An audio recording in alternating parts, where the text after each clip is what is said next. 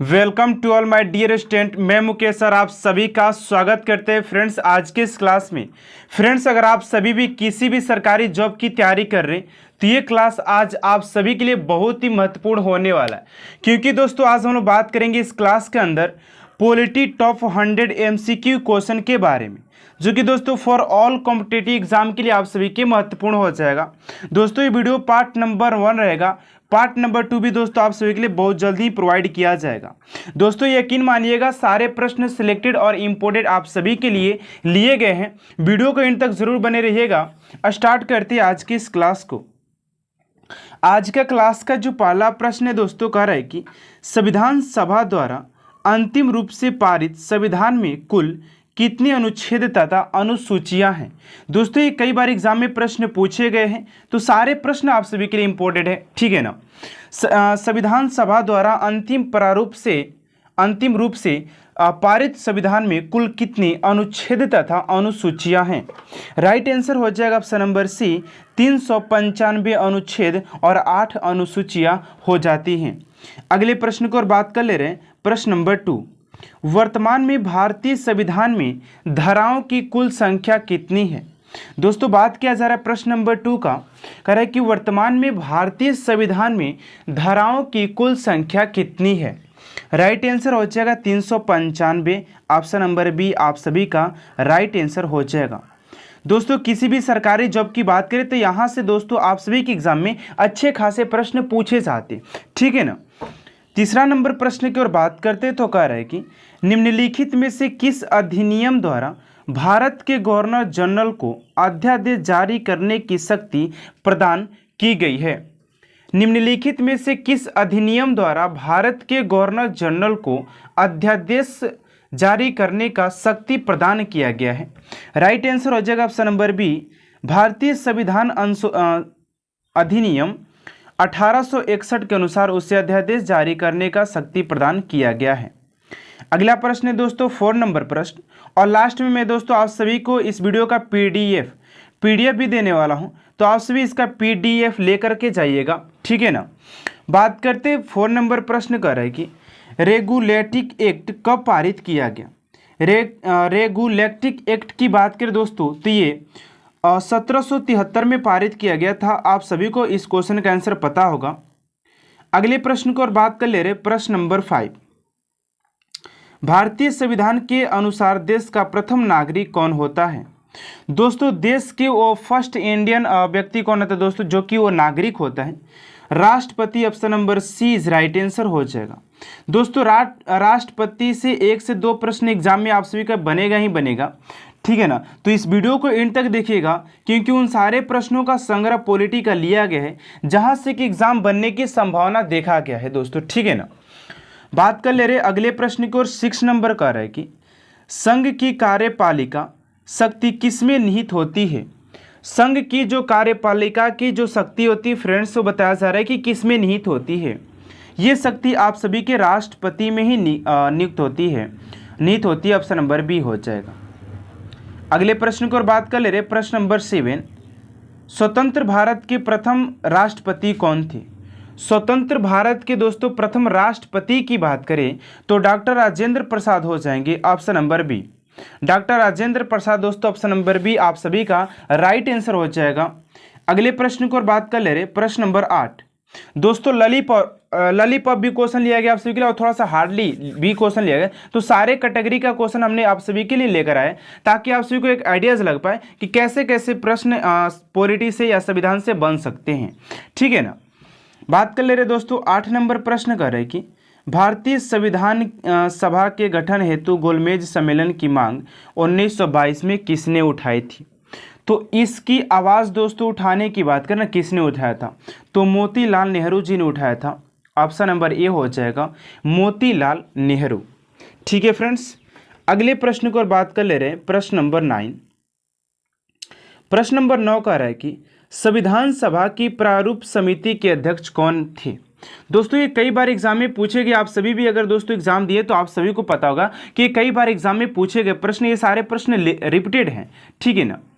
तो कह रहे कि संविधान सभा की प्रारूप समिति के अध्यक्ष की बात करें तो कौन हो जाते हैं फ्रेंड्स, तो ये हो जाते हैं ऑप्शन नंबर दोस्तों सी हो जाएगा, doctor B are Ambedkar ji हो जाते हैं, doctor B are Ambedkar ji हो जाएंगे दोस्तों, ऑप्शन नंबर सी हो जाएगा, ठीक है ना। अगले प्रश्न की ओर बात कर ले रहे, प्रश्न नंबर 10, संपूर्ण भारतीय संविधान के निर्माण में संविधान सभा को कितना समय लगा था। कह रहे कि संपूर्ण भारतीय संविधान के निर्माण में संविधान सभा को कितना समय लगा था। तो ये समय दोस्तों आप सभी को भी पता होगा, मैं बता देता हूँ कि 2 वर्ष दोस्तों 11 माह 18 दिन लगे थे। ऑप्शन नंबर बी आप सभी का राइट आंसर हो जाएगा। अगले प्रश्न की ओर बात कर ले दोस्तों, प्रश्न नंबर 11, भारत का संविधान पूर्ण रूप से तैयार हुआ था।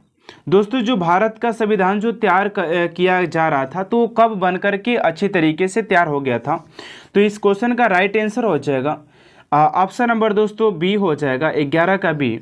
26 नवंबर 1949 को दोस्तों ये बन करके तैयार हो गया था अच्छी तरीके से, पूर्ण रूप से, ठीक है ना। अगले प्रश्न की ओर बात कर ले रहे, प्रश्न नंबर 12, भारतीय संविधान में समवर्ती सूची किसके संविधान से ली गई है। तो भारतीय संविधान में समवर्ती सूची की बात करें कि किस देश के से लिया गया है, तो समवर्ती सूची की बात करें दोस्तों तो ये ऑस्ट्रेलिया से लिया गया। ऑप्शन नंबर डी आप सभी का राइट आंसर हो जाएगा। अगले प्रश्न को और बात कर ले रहे, प्रश्न नंबर 13, मौलिक अधिकार संविधान के किस भाग में वर्णित है। दोस्तों मौलिक अधिकार की बात करें कि भारतीय संविधान में किसमें दोस्तों वर्णित है, तो इस क्वेश्चन का राइट आंसर जो हो जाएगा फ्रेंड्स आप सभी का ऑप्शन नंबर बी हो जाएगा, भाग 3 में वर्णित है दोस्तों। भाग 3 आप सभी का मौलिक अधिकार संबंध के किस भाग में वर्णित है, राइट आंसर हो जाएगा भाग 3, भाग 3 ऑप्शन नंबर बी। अगले प्रश्न की बात कर ले दोस्तों, यहाँ पर थोड़ा सा इस क्वेश्चन में डाउट है कि भाग 4 होना चाहिए, भाग 3 होना चाहिए। तो दोस्तों आप सभी इसमें थोड़ा सा कन्फर्म कीजिएगा, थोड़ा सा आपसे क्लियरिटी बताइएगा कि भाग नंबर 3 राइट आंसर हो जाएगा। अगले प्रश्न की बात कर ले रहे, प्रश्न नंबर 14, भारतीय संविधान के अंतर्गत मूल अधिकारों का संरक्षक कौन है। तो भारतीय संविधान के अंतर्गत मूल अधिकारों का संरक्षक की बात करें दोस्तों तो ये न्यायपालिका हो जाता है, ऑप्शन नंबर सी, न्यायपालिका, ऑप्शन नंबर सी। अगला प्रश्न दिया है दोस्तों 15 नंबर प्रश्न का है कि भारतीय संविधान के किस अनुच्छेद में संवैधानिक उपचारों का अधिकार दिया गया है। तो संवैधानिक उपचारों का अधिकार की बात करें कि किस अनुच्छेद में दिया गया है, तो ये अनुच्छेद 32 में फ्रेंड्स दिया गया है, ऑप्शन नंबर सी। अगला प्रश्न का है कि भारतीय संविधान में राज्य के नीति निर्देशक तत्व ग्रहण किए गए हैं। कहाँ के देश से दोस्तों इससे ग्रहण किया गया है, तो इसे आयरलैंड से दोस्तों ग्रहण किया गया है, ऑप्शन नंबर बी हो जाएगा 16 का। अगले प्रश्न की बात करें दोस्तों 17 नंबर प्रश्न का है कि भारत के संविधान की प्रस्तावना में प्रथम संशोधन कब किया गया था। तो पहले संशोधन की बात करें दोस्तों तो 1976 में किया गया था, ऑप्शन नंबर सी। दोस्तों मैं लास्ट में आपसे वो PDF देने वाला हूँ, तो आपसे इस PDF को डाउनलोड करके जरूर जाइएगा, ठीक है ना। और दोस्तों वीडियो को एंड तक जरूर देखिएगा क्योंकि सारे प्रश्न आप सभी के लिए रामबाण की तरह है। अगले प्रश्न की बात कर ले रहे, प्रश्न नंबर 18, भारतीय संविधान के किस भाग को उसकी आत्मा की आख्या प्रदान की गई है। तो आत्मा की आख्या की बात करें दोस्तों तो राइट आंसर प्रस्तावना हो जाएगा, ऑप्शन नंबर ए आप सभी का राइट आंसर हो जाएगा, प्रस्तावना। अगले प्रश्न की बात करते हैं 19 नंबर प्रश्न का है कि भारतीय संविधान में मूल कर्तव्य को शामिल करने का विचार किस देश के संविधान से लिया गया है। कह रहे कि भारतीय संविधान में मूल कर्तव्य को शामिल करने का विचार किस देश के संविधान से लिया गया है। 19 का जो राइट आंसर हो जाएगा ऑप्शन नंबर डी, पूर्व सोवियत संघ हो जाएगा, संघ, ऑप्शन नंबर डी। अगला प्रश्न दोस्तों 20 नंबर का है कि निम्नलिखित में से कौन लगातार 2 बार राष्ट्रपति रह चुके हैं। तो लगातार 2 बार राष्ट्रपति होने का रिकॉर्ड बात करें दोस्तों, रिकॉर्ड या रह चुके हैं, ठीक है ना। ये हो जाएगा डॉक्टर राजेंद्र प्रसाद जो कि 2 बार रह चुके हैं, ठीक है ना, ऑप्शन नंबर ए। अगला प्रश्न दोस्तों 21 नंबर, राष्ट्रपति के निर्वाचन का कार्य संपन्न कराया जाता है। तो किसके द्वारा दोस्तों संपन्न कराया जाता है राष्ट्रपति के निर्वाचन का कार्य का संपन्न, आप सभी का भारत के निर्वाचन आयोग के द्वारा संपन्न करवाया जाता है, ऑप्शन नंबर डी हो जाएगा। अगले प्रश्न की बात कर ले रहे, प्रश्न नंबर 22 नंबर, भारत के राष्ट्रपति चुने जाने के लिए उम्र सीमा कितनी होनी चाहिए। तो भारत के राष्ट्रपति चुने जाने का जो न्यूनतम सीमा है दोस्तों आप सभी का 35 होना चाहिए, यानी 35 वर्ष होना चाहिए, ठीक है ना, और 5 साल का कार्यकाल होता है। अगले प्रश्न की बात करें, प्रश्न नंबर 23, भारत का राष्ट्रपति किसके द्वारा हटाया जा सकता है?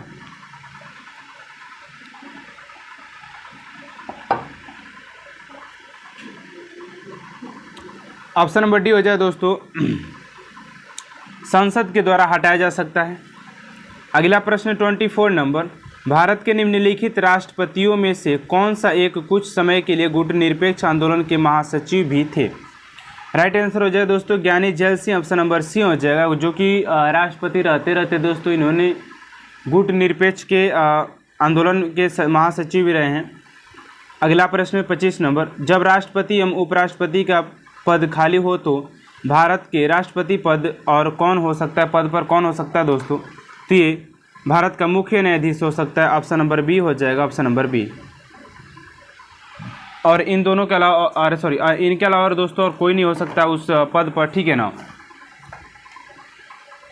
अगले प्रश्न को बात कर ले रहे, प्रश्न नंबर 26 नंबर का है कि भारतीय सशस्त्र सेनाओं का सर्वोच्च कमांडर कौन होता है? तो तीनों सेनाओं की दोस्तों कमांडर की बात करें, एक होता है दोस्तों वायुसेना, एक होता है थल सेना और एक होता है जल सेना। इन तीनों की बात करें दोस्तों तो वो जाता है राष्ट्रपति, अपना ऑप्शन नंबर ए। अगले प्रश्न की बात करते 27 नंबर, वर्तमान समय में भारतीय संविधान में गणना की दृष्टि से कुल कितने अनुच्छेद और अनुसूचियां हैं? कर दोस्तों कि वर्तमान समय में भारतीय संविधान में गणना की दृष्टि से कुल कितनी अनुसूचियां एवं अनुच्छेद है? राइट आंसर हो जाएगा आप सभी का 448 अनुच्छेद और 12 अनुसूचियां हो जाएंगी। 27 का दोस्तों हो जाएगा आप सभी का 27 का राइट आंसर हो जाए बी। अगले प्रश्न की ओर बात कर ले रहे 28 नंबर प्रश्न कर रहा है कि भारतीय संविधान के किस अनुच्छेद में प्रेस की स्वतंत्रता दी गई है? तो प्रेस की स्वतंत्रता की बात करें दोस्तों तो ये 19A में दिया गया, ऑप्शन नंबर डी हो जाएगा।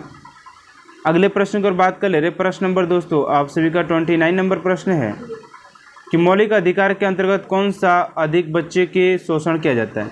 मौलिक अधिकार के अंतर्गत कौन से बच्चे को ज़्यादा शोषण किया जाता है? शोषण से कह रहा है कि मौलिक अधिकार के अंतर्गत कौन सा अनुच्छेद बच्चों के शोषण से संबंधित है ना, तो बच्चों के शोषण से संबंधित की बात करें, राइट आंसर हो जाएगा सी, अनुच्छेद 19 है। अगला प्रश्न है दोस्तों 30 नंबर, भारत की संविधान सभा किसके अनुशासन में गठित हुई थी? तो राइट आंसर हो जाए दोस्तों उसी का कैबिनेट मिशन योजना हो जाएगा, option number A. Option number D हो जाएगा कैबिनेट मिशन हो जाएगा, ठीक है। अगला प्रश्न है दोस्तों 31 नंबर, सन 1936 में भारतीय राष्ट्रीय कांग्रेस द्वारा संविधान सभा के गठन की मांग कहाँ पर हुई अधिवेशन में रखी गई थी? तो दोस्तों फैजलपुर रखा गया था, फैजलपुर 31 का आप सभी का 31 का दोस्तों सी हो जाए फैजलपुर। अगला प्रश्न दोस्तों 32 नंबर, BR अम्बेडकर का संविधान सभा में निर्वाचन हुआ था तो ये पश्चिम बंगाल से हुआ था दोस्तों, ऑप्शन नंबर ए हो जाएगा पश्चिम बंगाल। अगला प्रश्न दोस्तों 33 नंबर, संविधान सभा के उद्घाटन अधिनियम अधिवेशन की अध्यक्षता किसने की थी? तो इसकी अध्यक्षता की बात करें दोस्तों तो 33 का राइट आंसर हो जाएगा सच्चिदानंद सिन्हा। अगला प्रश्न दोस्तों 34 नंबर, संविधान सभा के अस्थायी अध्यक्ष कौन है? तो संविधान सभा के अस्थायी अध्यक्ष की बात करें ना तो 34 का राइट आंसर हो जाए option number C, Sarvepalli Radhakrishnan हो जाते हैं, ठीक है ना। और संविधान सभा के अस्थायी अध्यक्ष की बात करें तो ये जाते हैं आप सभी का वहीं हो जाते हैं डॉक्टर राजेंद्र प्रसाद, जो कि 2 बार आ चुके हैं, ठीक है ना, राष्ट्रपति। अगला प्रश्न दोस्तों 36 नंबर, 11 नवंबर 1946 को किसने संविधान सभा का अस्थायी अध्यक्ष चुना गया था? तो वो भी दोस्तों वहीं थे डॉक्टर राजेंद्र प्रसाद, थोड़ा सा घुमा करके पूछा है, तो सारे कैटेगरी का क्वेश्चन लगाना है ताकि कहीं से भी कैसे भी घुमा के दे तो उसको क्लियरिटी कर दे, ठीक है ना। 37 नंबर के संविधान सभा के संवैधानिक सलाहकार कौन थे? तो संविधान सभा के संवैधानिक वो क्या बोलते हैं सलाहकार की बात करें दोस्तों तो ये हो जाता है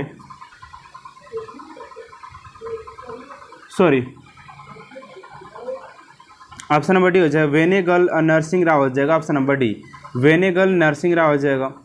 अगला 38 नंबर, निम्नलिखित में से कौन भारतीय संविधान के प्रारूप समिति के अध्यक्ष नहीं थे? तो अध्यक्ष नहीं थे दोस्तों, वो थे कौन हो जाएंगे अलमाटी कृष्ण स्वामी, या 38 का ये हो जाएगा। इसका राइट आंसर हो जाए दोस्तों option number D doctor Rajendra Prasad नहीं थे।